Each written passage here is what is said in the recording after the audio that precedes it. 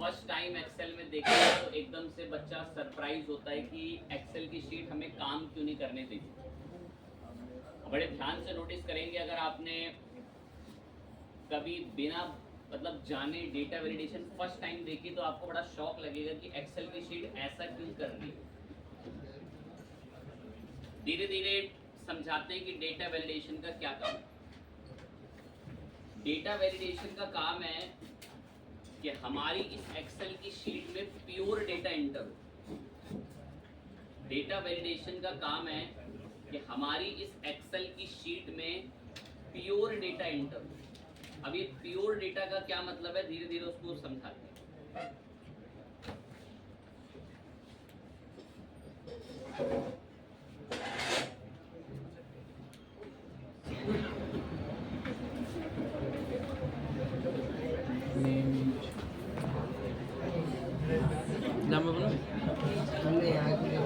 हाथ से गिरना है। ऐसे ऐसे अभी हमने दो कॉलम बनाए, एक कॉलम बनाया नेम के नाम से, एक कॉलम बनाया एज के नाम से। अभी जस्ट मैंने एक बात बोली कि डेटा वैलिडेशन का काम है कि हमारी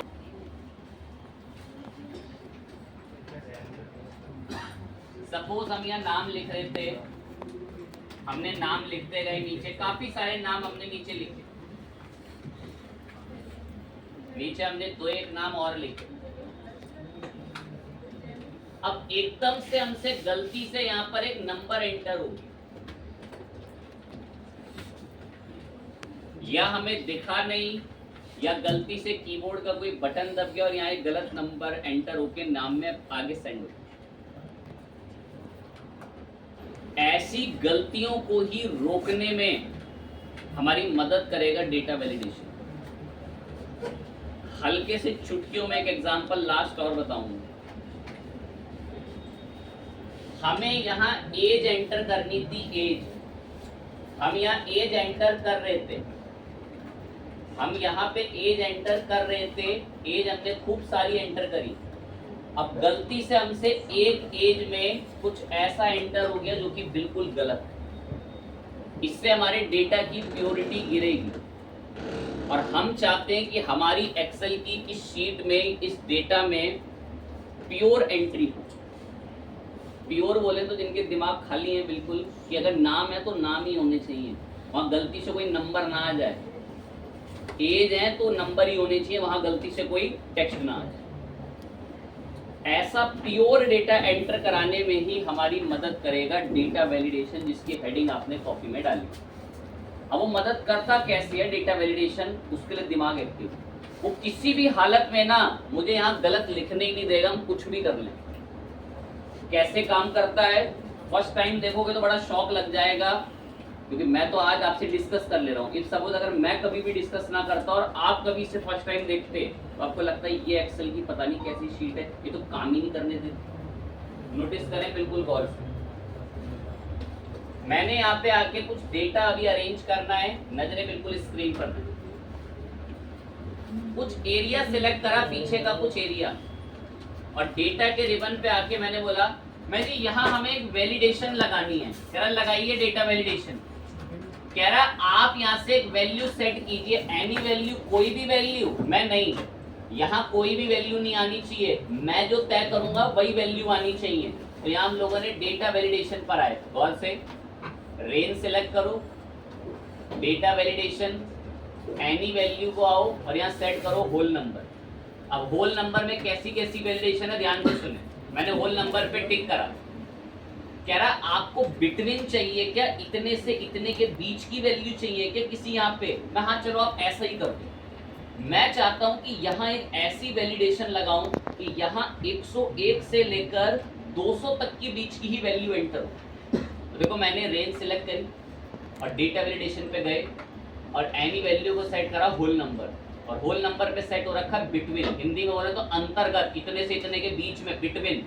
कह रहा कितने से कितने के बीच में, मैं यहाँ पर ना जो मैं तय करूं वही वैल्यू एंटर होनी चाहिए। कह रहा कौन कौन सी, मैं 101 से लेकर 200 के बीच में, और ये कर दिया मैंने ओके। अब आप कुछ भी कर लें, इस पीछे वाली रेंज में 101 से 102 के बीच की ही वैल्यू एंटर होगी, उसके अलावा कोई एंटर नहीं हो सकता। अब मैं एंट्री कर रहा था, ऐसे मैंने लिखा 102, कोई दिक्कत नहीं है, खुश है। 103 कोई दिक्कत नहीं, 104 कोई दिक्कत नहीं, पर जैसे ही मैंने लिखा 206 तुरंत आएगा एरर, किसी भी हालत में मुझे नहीं लिखने देगा, वो गलत एंट्री। तो डेटा वैलिडेशन का यही काम है कि अगर आपने किसी जगह पे वैलिडेशन लगा दी तो वो वैलिडेशन फिर आपको कभी वहां पे गलत एंट्री नहीं करने दी। और जिनके बिल्कुल खाली सपाट बिल्कुल एकदम है ना, उनकी मदद कर रहा हूँ। इससे क्या होता होगा, इससे एक्सेल की शीट में प्योर एंट्री होती है, और प्योर एंट्री होगी जो हमने बता रखा है उसी अकॉर्डिंग वैलिडेशन चलती है। तो डेटा वैलिडेशन का काम है कि हमारी जो एक्सेल की शीट है उसमें प्योर डेटा एंटर हो सके। अब मैंने तय कर दिया 101 से 200 की आईडी आनी चाहिए, उसके अलावा कोई आईडी एंट्री नहीं हो सकती। बढ़िया बात है, धीरे धीरे टॉपिक को बहुत फास्ट ट्रैक पर निकालेंगे, माइंड एक्टिव है। ये कभी भी गलत एंट्री आपको अलाउ नहीं करने देगा, ना आपको गलत एंट्री वहां पर ऐड करने देगा। ठीक है, अच्छी बात है।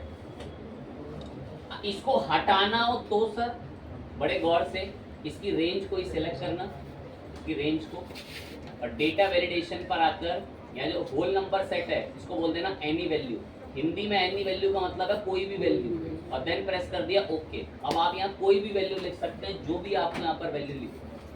तो डेटा वैलिडेशन हमारी हेल्प करता है कि किसी भी स्पेसिफिक नंबर या कोई स्पेसिफिक डेटा अगर आप शीट में लिखवाना चाहते हैं तो उसको अलाउ करा। आगे बढ़ जाएंगे, इसी में रेंज सेलेक्ट कर ली, किसका अलार्म है, डेटा सेलेक्ट करा,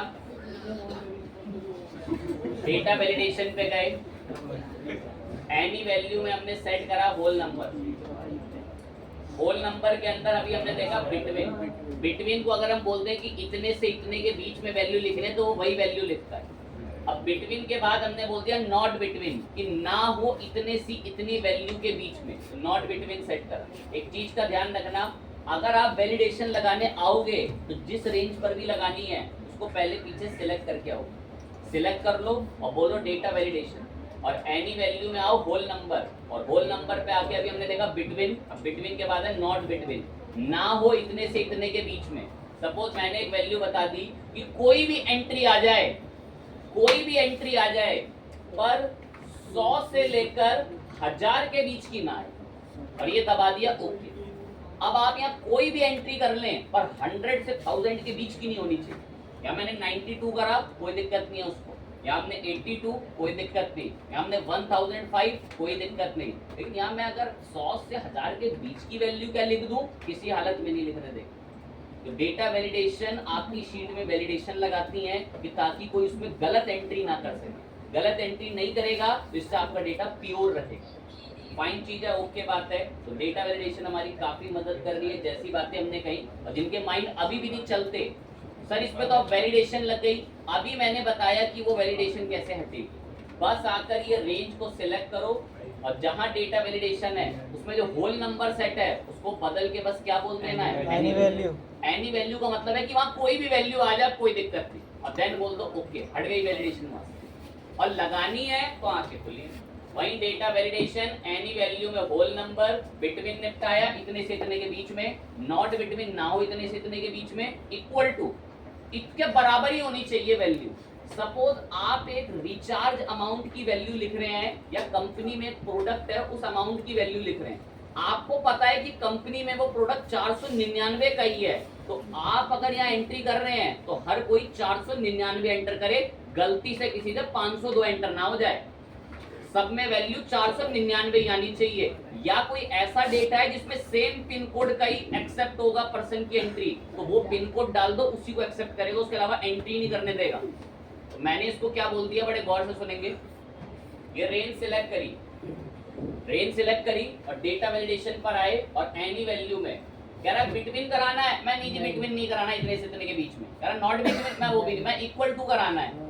मैं ध्यान रखना ये जो पीछे की रेंज है ना, यहाँ सिर्फ एक ही वैल्यू इक्वल होनी चाहिए। कह रहा क्या, मैं 499, और ये दबा दिया ओके। कुछ भी कर ले, अब वहां सिर्फ वो 499 ही लिखने देता है।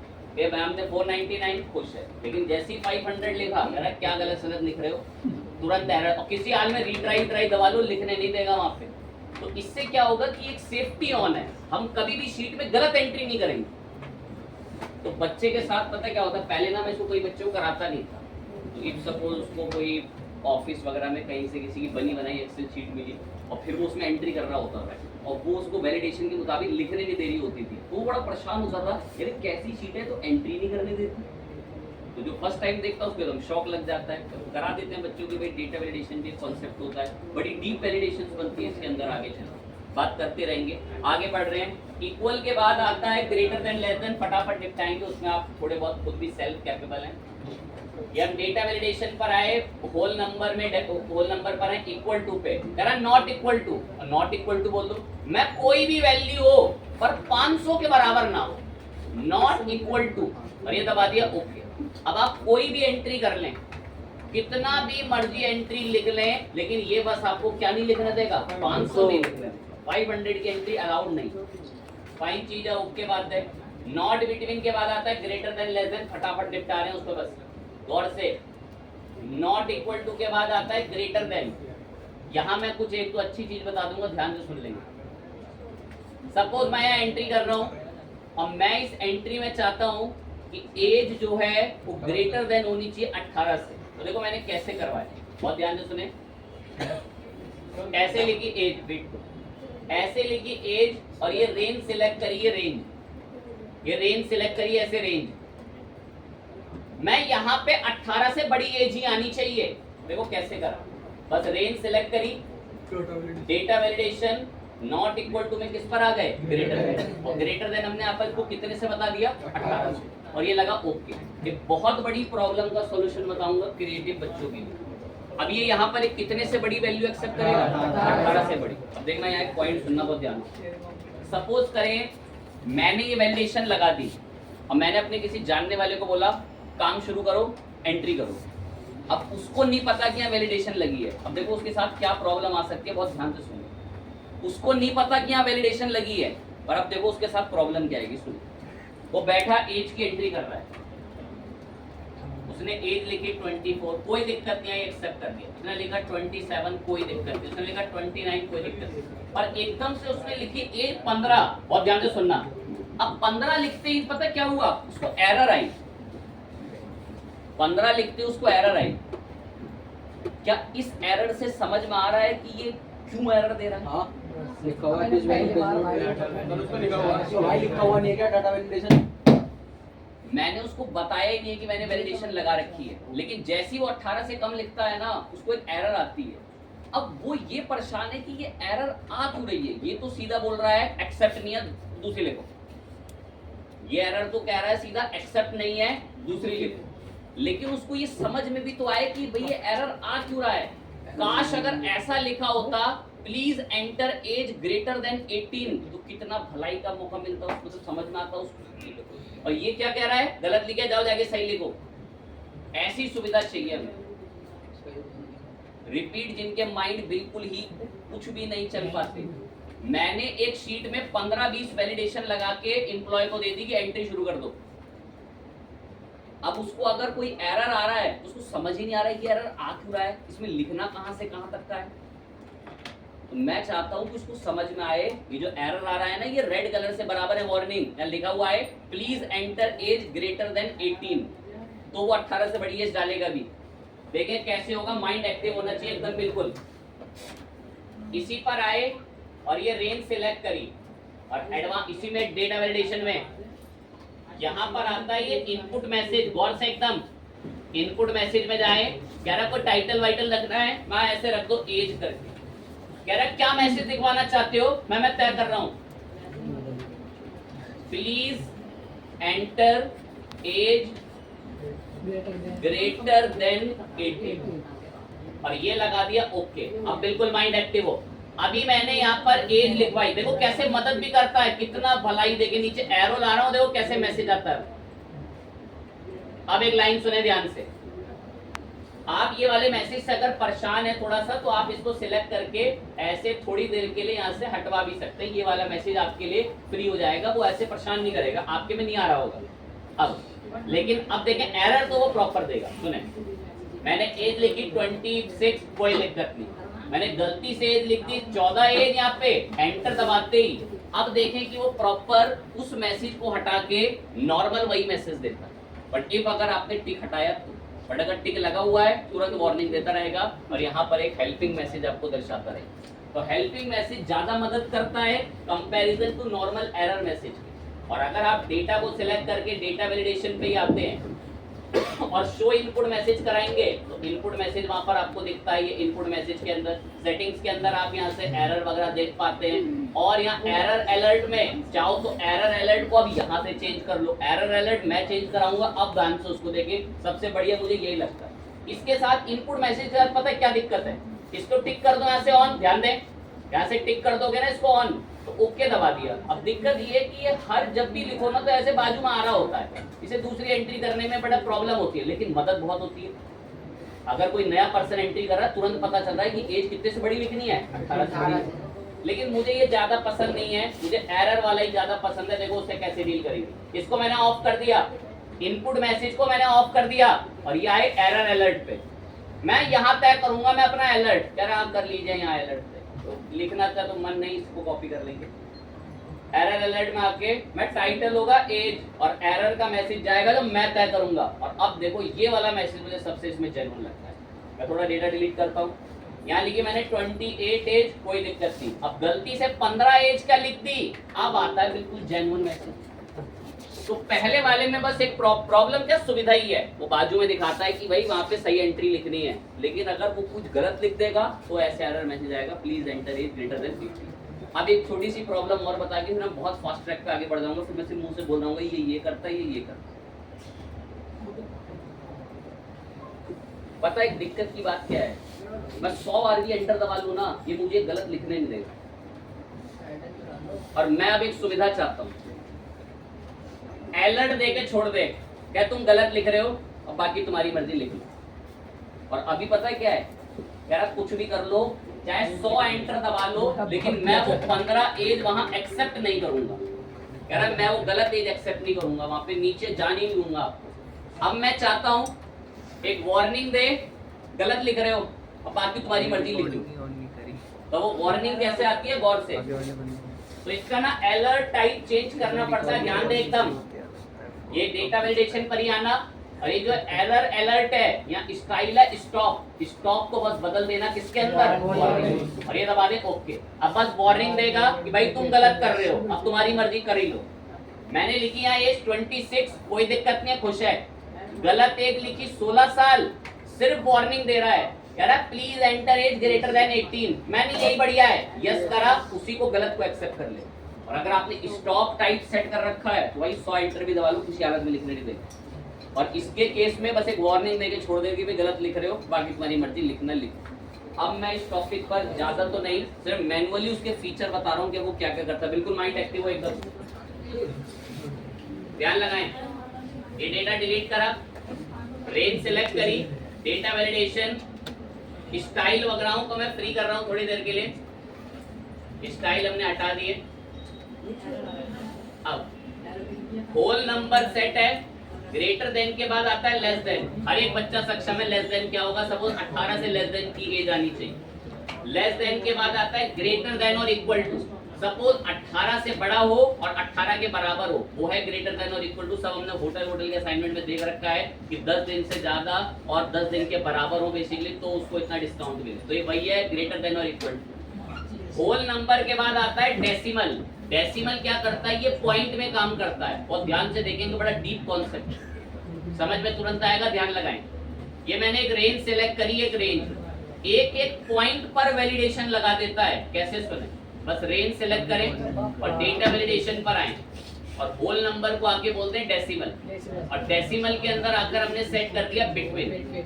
बिटवीन में मैंने डेसिमल्स में देखे कैसे वैल्यू बता, मैं 5.5 से 9.5 तक के बीच की वैल्यू है। एक छोटी सी लाइन सुने, डेसिमल सेट है होल नंबर की जगह। डेसिमल क्या करता है, एक पॉइंट की वैल्यू के लिए भी वैलिडेशन चला देगा। मैंने इसको बोला कि इस वाली रेंज में 5.5 से लेकर कितने के बीच की वैल्यू है, 9.5, और अभी ओके दबा दे। देखें कैसे छोटी सी वैलिडेशन के लिए फाइट कर लेगा। 5.5 से 9.5 के बीच की वैल्यू लिखी 6, कोई दिक्कत नहीं है। 7 कोई इशू नहीं, 5.8 कोई इशू नहीं, लेकिन मैंने हल्का सा यहाँ पे क्या लिख दिया 5.2, और जैसे हम एंटर कर रहे हैं कह रहा है एक्सेप्ट नहीं करूंगा, क्योंकि इसकी वैलिडेशन 5 पॉइंट कहाँ से शुरू होती है 5 से। अब मैं क्या लिख रहा हूँ वहाँ पे 5.2, तो एक पॉइंट की वैलिडेशन के लिए भी वो कंडीशन चला देता है, तो डेसिमल सिर्फ पॉइंट के लिए बने, और जो होल नंबर हैं वो आप कहीं भी लिख सकते हैं। ध्यान से देखें, ये जो होल नंबर है, ये वाले होल नंबर, ये होल नंबर पे इनमें आप कोई भी आके नॉर्मल नंबर लिख सकते हैं बिटवीन इक्वल टू, लेकिन जो डेसिमल है वो बस किसके लिए चलेगा पॉइंट के। एक छोटा सा पॉइंट और फटाफट ध्यान से बिल्कुल एकदम, ये तो नेक्स्ट क्लास भी बड़ा काम में आएगा, इसको बहुत ध्यान से सुनना। प्रोडक्ट के कितने नाम दिख रहे हैं नीचे? 4। मैं चाहता हूँ ये 4 नाम ना यहाँ पे कभी लिखने ना पड़े, एक लिस्ट के जैसे बार बार आ जाया करें। एक लिस्ट बनाने की टेक्निक देख, बस यहाँ क्लिक छोड़ के रखो, इधर क्लिक छोड़ के, और डेटा के अंदर डेटा वैलिडेशन में एनी वैल्यू में आकर एक पॉइंट सिलेक्ट करें, किस नाम से? लिस्ट। और बस ये वाली रेंज सिलेक्ट कर दो, इधर वाली ये रेंज, ये नीचे क्लिक करके ये रेंज सिलेक्ट कर दो और ये दबा दो ओके। अब पता है इस रेंज के अंदर कभी ये नाम नहीं लिखने पड़ेंगे, ऐसे लिस्ट आए करेंगे। सिर्फ एक बार मदद के लिए लिस्ट और बताऊंगा, नेक्स्ट क्लास एक बहुत बड़े टॉपिक का हिस्सा बनेगी ये लिस्ट। कॉपी करके हेडिंग थोड़ा सा नीचे बना रहा हूँ लिस्ट, यहाँ इसके नीचे बनाएंगे, यहाँ नीचे अच्छा मौका है, यहाँ क्लिक छोड़ के रखना, यहाँ क्लिक छोड़ के, और डेटा वैलिडेशन पे आना, और एनी वैल्यू में यहाँ पर आके क्या सिलेक्ट कर लेंगे, कहता वो रेंज बताओ जिसकी लिस्ट बननी है। अब मैं ये रेंज बताता हूँ, लेकिन हमारे पास जो बच्चा है वो प्रोडक्ट नेम को भी नहीं बख्शेगा, वो उसको भी ले लेगा, अब वो प्रोडक्ट नेम भी आएगा वरना फिर लिस्ट में, इसीलिए हम सीपीयू से लेकर यहाँ एलईडी तक मैंने लिस्ट। अब आप देखें आपको कभी ये एंट्री नहीं करनी पड़ेगी, अपने आप बस नाम बदलने की देरी होगी और वहां पर हम डेटा बदलवा लिया करेंगे। तो लिस्ट हमारी यहाँ से एक हेल्प करती है। लिस्ट के बाद जो आगे के पॉइंट्स हैं मैं इनको सिर्फ बोल कर ही आपको समझाऊंगा। रेंज सिलेक्ट करी, data validation, decimal, whole number, list भी बता दी। अब आता है डेट। उम्मीद करते हैं कि हर एक इतना कैपेबल है। मैंने डेट सिलेक्ट करी, कह रहा है कितनी तारीख से कितनी तारीख के बीच की एंट्री करानी है, तो आप वो डेट पे वैलिडेशन लगा लो कि 24 तारीख से 30 तारीख के बीच की एंट्री होनी चाहिए, तो उसके अलावा कोई डेट एक्सेप्ट ही नहीं करेगा। डेट के बाद इसके अंदर आता है टाइम, इतने टाइम से इतने टाइम के बीच की एंट्री होनी चाहिए, उसके अलावा वो एंट्री करेगा ही नहीं। टाइम के बाद आता है उसमें टेक्स्ट लेंथ, इतनी टेक्स्ट लेंथ से इतनी टेक्स्ट लेंथ होनी चाहिए। चलो मैं पीछे कर देता हूँ टेक्स्ट लेंथ। टेक्स्ट लेंथ हमने बोल दिया कि ग्रेटर देन होनी चाहिए सपोज 5 से, ये पीछे एक रेंज है और यहाँ की टेक्स्ट लेंथ ग्रेटर कितने से होनी चाहिए 5, और ये लगा ओके। अभी हमने एक नाम लिखा, तुरंत एक्सेप्ट है क्योंकि 5 से बड़ा है, लेकिन अब मैंने एक नाम लिखा जय, तुरंत एरर देता है। अब वो नाम आपका 5 लेटर से बड़ा होगा तभी एक्सेप्ट करेगा। देन इसके बाद एक कस्टम आता है, अब 2 मिनट लगेंगे उसमें बता देता हूं, वरना छूट गया तो बहुत दिक्कत आ जाएगी। ध्यान से सुन लेंगे, तुरंत क्लियर हो जाएगा, है थोड़ा फास्ट ट्रैक पर टॉपिक चलेगा। बहुत चुटकियों में क्लिक होगा, माइंड एक्टिव रखना बस। ये नंबर है,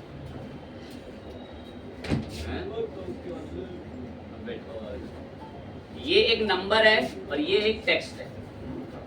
बहुत ध्यान से, थोड़ा टिपिकल है लेकिन इतना मददगार है ना, बहुत बड़ी बड़ी लेवल की वैलिडेशन सॉल्व होती है उससे। सपोज आप एक एंट्री करा रहे हैं तो आधार कार्ड के 12 डिजिट की एंट्री हो और वो नंबर ही हो, इतनी डीप लेवल की वैलिडेशन है, तो बड़े ध्यान से सुनना। कॉन्टेक्ट नंबर पे हर एक पे काम करती है बड़े लेवल पे, वो तो बच्चों के लिए मनोरंजन के लिए जो ऊपर थी, असली अब है जो मैं कस्टम में बताऊंगा। सुने, ये नंबर है और ये क्या है टेक्स्ट। अगर हमें इसे प्रूफली जानना हो ना कि ये नंबर है और ये टेक्स्ट है, तो इनके लिए एक एक फॉर्मूले, एक एक लाइन वर्ड्स, बस उन फॉर्मूले को सुनना और लिख भी लेना हाथ। Is equal two is number,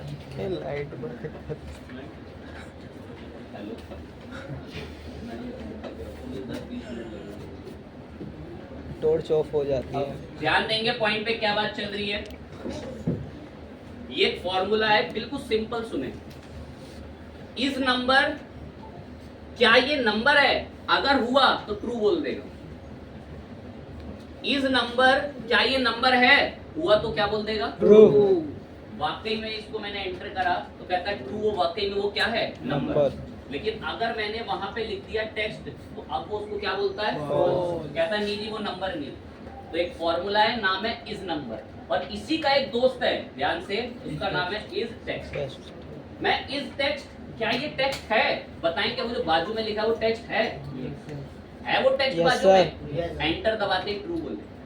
copy में 1 सेकंड से 2 सेकंड में इज नंबर, और कॉपी में 1 सेकंड से 2 सेकंड में इज टेक्स्ट। बस ये दो फॉर्मूले लिखे, फिर मैं इनको कस्टम में जोड़ रहा हूँ, इज नंबर और इज टेक्स्ट। अगर इनसे पूछो कि क्या बाजू में वो नंबर है तो बता दे नंबर ही होना चाहिए, और कितने डिजिट का होना चाहिए, तुरंत ट्रिक एब्जॉर्ब करें, बहुत तेज बाउंस निकलेगी कुछ।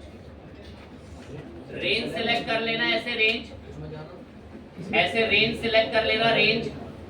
डेटा वैलिडेशन में यहाँ जो एनी वैल्यू आती है, इसको अब हमने किस पर आ गए, custom. Whole number, discuss, decimal point, list के साथ बता दिए लिस्ट कैसे बनती है, डेट, टाइम, अपनी अपनी वैलिडेशन, टेक्स्ट लेंथ को काउंट करेगा टेक्स्ट की। लेकिन हम बोल रहे हैं कि हमें आपसे कुछ नहीं कराना, हम अब अपनी वैलिडेशन कस्टमली खुद तय करेंगे। कह रहा तय कीजिए, कैसे तय करोगे। मैं जो ये पीछे रेंज सिलेक्ट है ना, यहाँ मैं फॉर्मूले के थ्रू चीजें चेक करूंगा। कह रहा हाँ कर लीजिए, फॉर्मूले के थ्रू भी करना चाहते हैं तो देखिए मैं फॉर्मूला कैसे लिखूंगा, थोड़ा एक्टिव होकर सुनिए। इज इक्वल टू, और एक फॉर्मूला लिखा अगर दिख रहा हो तो किस नाम से लिखा है, एंड। क्योंकि बता सकता है एंड क्या करता है, अब वेरी गुड, बताओ क्या सही कर, मल्टीपल कंडीशन एक्सेप्ट करता है। एंड का काम है एक साथ मल्टीपल कंडीशन एक्सेप्ट करेगा। हमने होटल के असाइनमेंट पढ़े थे, कई हफ्तों तक एंड पढ़ा है हमने। अब ऐसे नहीं बोलते, दिमाग आगे अब एंड जो है वो मल्टीपल कंडीशन, एक साथ बहुत सारी शर्तों को एक्सेप्ट करता है। मैं 2 शर्तें दूंगा, बस वो 2 शर्तें बारीकी से सुनो। मैं पहली शर्त है, पहली शर्त में क्या फॉर्मूला लिखा है, इस नंबर कि बाजू वाला जो सेल है वो नंबर होना चाहिए, कॉमा, और साथ ही साथ बोला कि उसकी जो लेंथ है, लेंथ जो है इस बाजू वाले सेल की, ब्रैकेट बंद, वो बराबर होनी चाहिए कितने के, ब्रैकेट बंद कर। बहुत ही क्लिक में समझने का मौका है, अभी भी ध्यान से सुन लेंगे तुरंत समझ जाएंगे। एंड एक साथ 2 शर्तें लगानी है, कह रहा कौन सी, मैं एक तो इस नंबर होना चाहिए यहाँ का सेल, वो पूरे को फॉलो करेगा, सिलेक्ट भी तो पूरा ही है, नंबर होना चाहिए यहाँ का सेल, और उसकी लेंथ जो है इस सेल की वो बराबर कितने की होनी चाहिए, 10।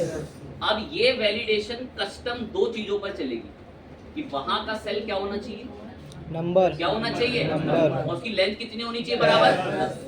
उम्मीद करता हूँ इतना सक्षम है कि वहां आधार होगा तो यार 10 की जगह क्या लिख लेंगे, 12। अभी मैं एंटर करता हूँ और वैलिडेशन टेस्ट करेंगे। ये लगा भी ओके, और वैलिडेशन पर एक बार मैं स्टॉप अलर्ट को और ऑन कर लेता हूँ, एक्टिव हो जाए माइंड एकदम बिल्कुल क्या बात चल रही है। इसको हमने सिलेक्ट करके पूरे को स्टॉप अलर्ट को इसमें जो है वो ऑन कराने की डिमांड बोल देंगे।